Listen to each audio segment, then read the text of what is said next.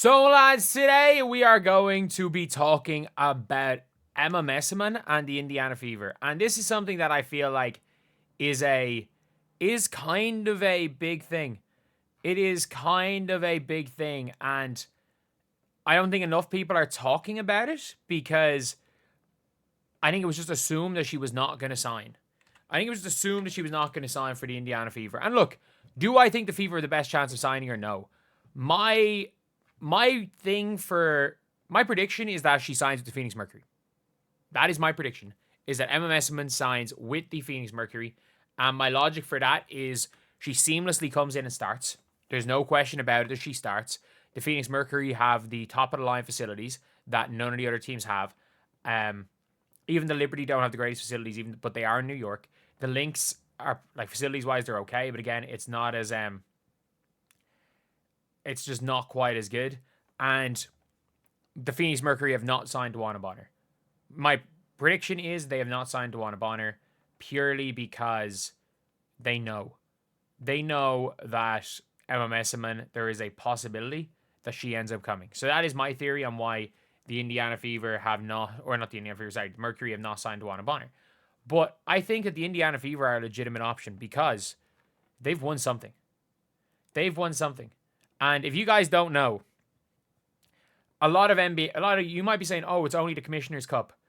You will not hear people say it's only the Commissioner's Cup that are from Europe, because if you guys don't know, in a lot of European countries, the cup is more important than the league.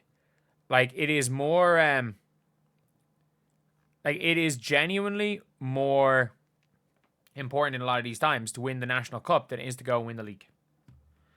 And these, like, quote unquote in-season tournament type things, the cup runs, in a lot of countries are the most important games they'll play.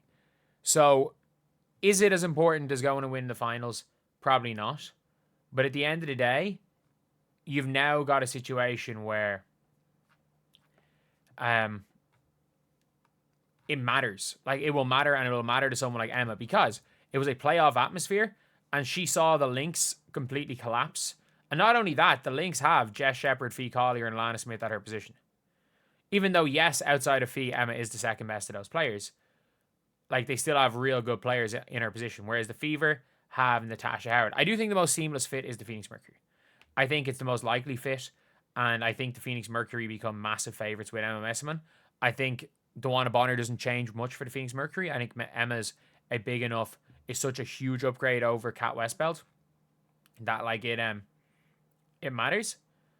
But yeah, it's a really interesting one. But I do think, in my opinion, I think the Lynx don't really stand much of a chance. I would say the Lynx don't stand much of a chance of getting her. I would take the Lynx pretty much out of the hunt to get Emma Meesseman.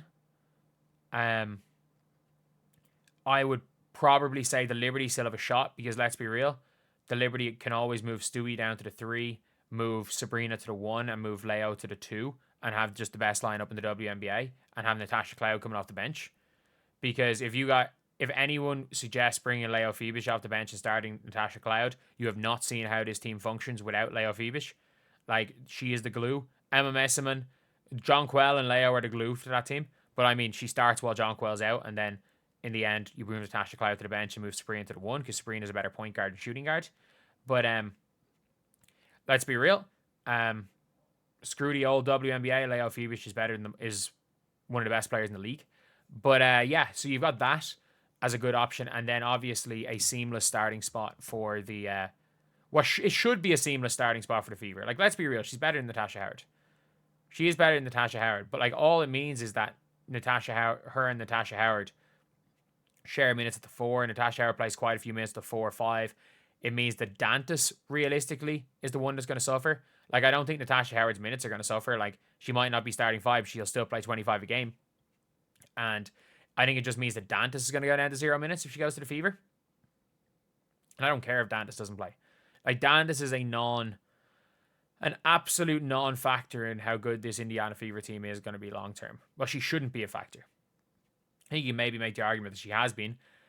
But yeah, that is one of those things. And I think the Fever winning the cup The Fever winning the cup means that there is a shot that she ends up saying, you know what, I want to be there. This is where I want to win. Because people don't understand, Emma Meesseman's a ring chaser. She plays for Fener. She played for... Did she play for that team in Russia? I think she might have. That just won everything. Like, she is a serial winner. Like, she played for... Yeah, she played for that team in Russia for 7 seasons. You know that team with Taurasi and Breanna and all those played for, and they just won everything. She played for them. Like, she is a... She's won EuroLeague 6 times. She's made the all EuroLeague first team the last 5 seasons. She won the Final Four MVP in 2018. She's won EuroLeague MVP 3 years in a row. She's won the Europe Super Cup 5 times. She's won the Turkish League the last 3 years. She's been the Turkish League Finals MVP 2 of the last 3 years. She won the Turkish Cup only once. So she's lost that cup. And again, the cups matter. The cups matter for Europeans. So yeah, like, she is a ring chaser. She is going to go 2 places. She cares about 2 things. She cares about money and she cares about winning. She doesn't care about being, let's be real, she doesn't care about being the guy. She would rather just go and win. She cares about 2 things, and it's winning. She is the most serial winner in the entirety of women's basketball. She wins everything. She wins nearly every year she plays basketball. She wins something big. And not only that, she is the best player on a team that wins nearly every year. And again, let's be real, EuroLeague MVP above Nafisa Collier when they played on the same team. I think Alyssa Thomas was playing for Prague against them. EuroLeague MVP when Stewie was on her team. So, like, to say that,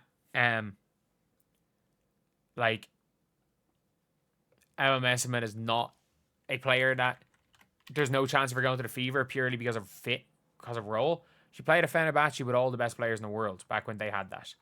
So, yeah, it's all around, I think it's going to be a really interesting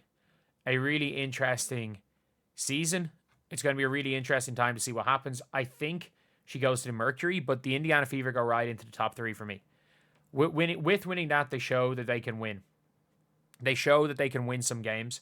They show that they have an ability to grind out games, and they show that they are a team that is going to be a competitive team towards the end of the season because they can win in a playoff setting. And that 100% is something that might attract her to the Indiana Fever. So again, I think there's a better chance of her joining the Fever now than there was 2 days ago. A much better chance. And to say that she would fit in as a role partner for Caitlin Clark as well. Like, her and Leah Boston would be 2 elite role partners for Caitlin Clark. So anyway, yeah, that is the video. Let me know what you guys think in the comment section below. And as always, thank you guys for watching. Please like, comment, and subscribe.